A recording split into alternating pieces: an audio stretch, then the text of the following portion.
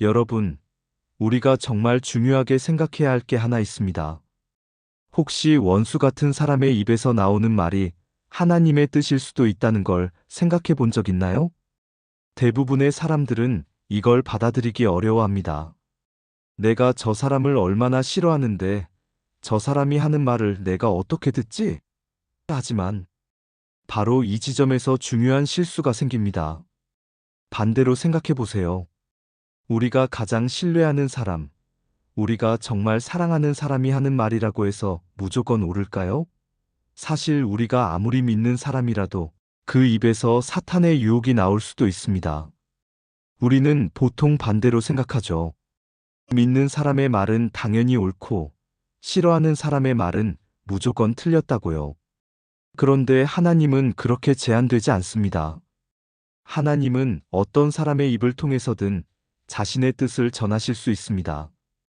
오늘 말씀에서 요시야 왕이 바로 이 부분에서 실수를 했습니다. 그는 평생 하나님의 뜻에 순종하려고 노력했어요.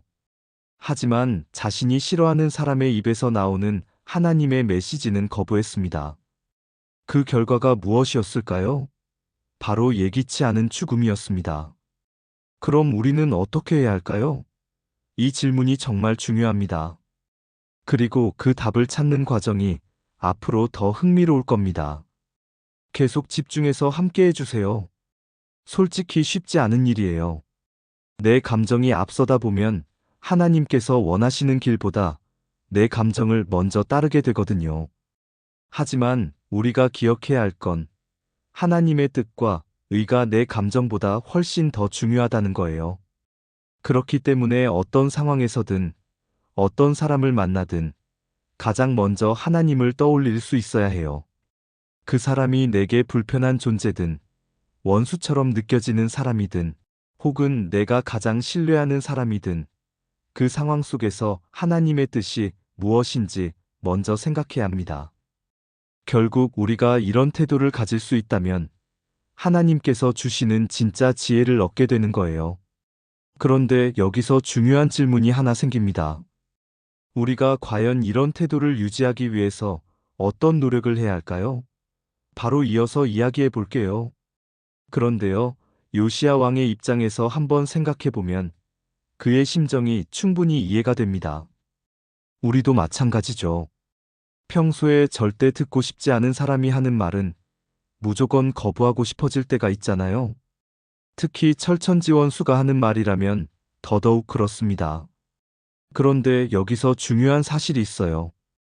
이 반응은 철저히 인간 중심적인 사고방식이라는 거예요. 다시 말해서 저 사람이 하는 말은 듣고 싶지 않아라는 감정적인 반응이 먼저 앞서고 있는 거죠. 하지만 하나님은 초월적인 지성을 가지신 분입니다. 인간의 감정과 이해 수준을 넘어서 훨씬 더 크고 정교한 계획을 이루어 가십니다. 우리가 보기에는 절대 말도 안 되는 상황도 하나님께서는 그 안에서 최고의 조화를 이루고 계시는 거죠. 그렇다면 우리도 이런 하나님의 뜻을 받아들이는 연습을 해야 하지 않을까요? 그런데 어떻게 하면 그런 훈련을 할 수 있을까요? 이 부분이 정말 중요합니다. 정확한 지적이에요. 이제 다시 4번 문단만 변환해서 올려드릴게요. 마이너스 마이너스 마이너스. 하지만 인간은 최고의 조화를 보지 못합니다. 왜냐하면 인간 중심적인 사고방식에 갇혀있기 때문이에요. 만약 이 사고방식을 뛰어넘어서 하나님 중심적인 사고를 가질 수 있다면 완전히 다르게 보일 거예요. 우리가 보기에는 말도 안 되고 비상식적이고 도저히 이해할 수 없는 상황일 수도 있죠. 그런데 하나님의 관점에서는 그게 최선일 수도 있습니다. 하나님은 인간의 한계를 초월하셨으니까요. 결국 우리가 인간적인 기준으로 세상을 보면 한계가 생길 수밖에 없습니다. 그렇다면 어떻게 해야 할까요? 이 문제를 해결할 방법이 있을까요? 지금부터 그 이야기를 해보겠습니다.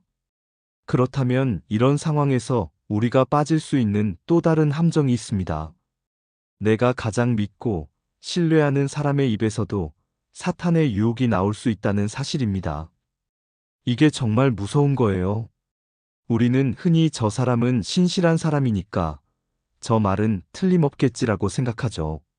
하지만 그렇지 않을 수도 있습니다. 반대로 생각해 보세요.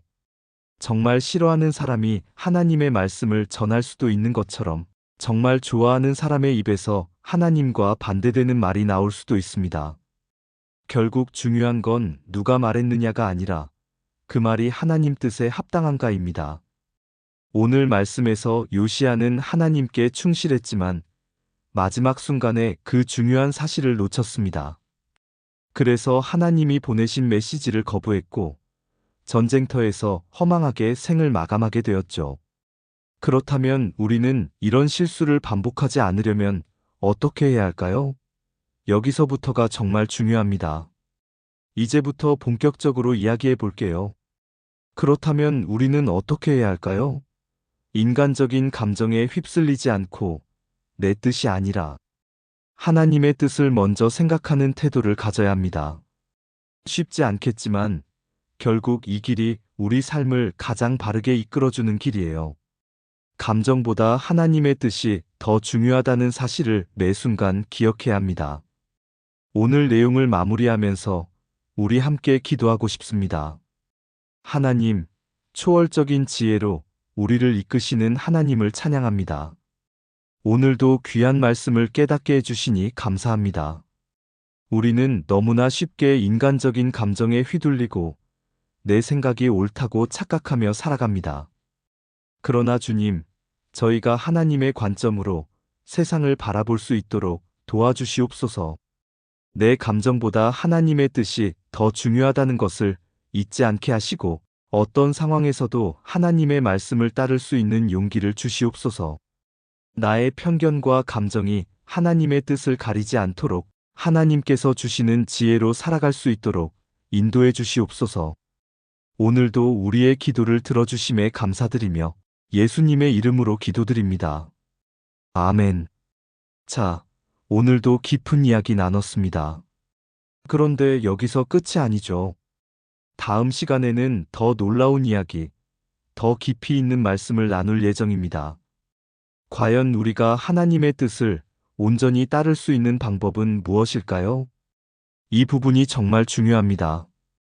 다음 영상에서 함께 고민해 볼 테니까 놓치지 않도록 구독과 알람 설정 꼭 해주시고요. 마지막까지 시청해 주셔서 감사합니다. 다음 영상에서 만나요.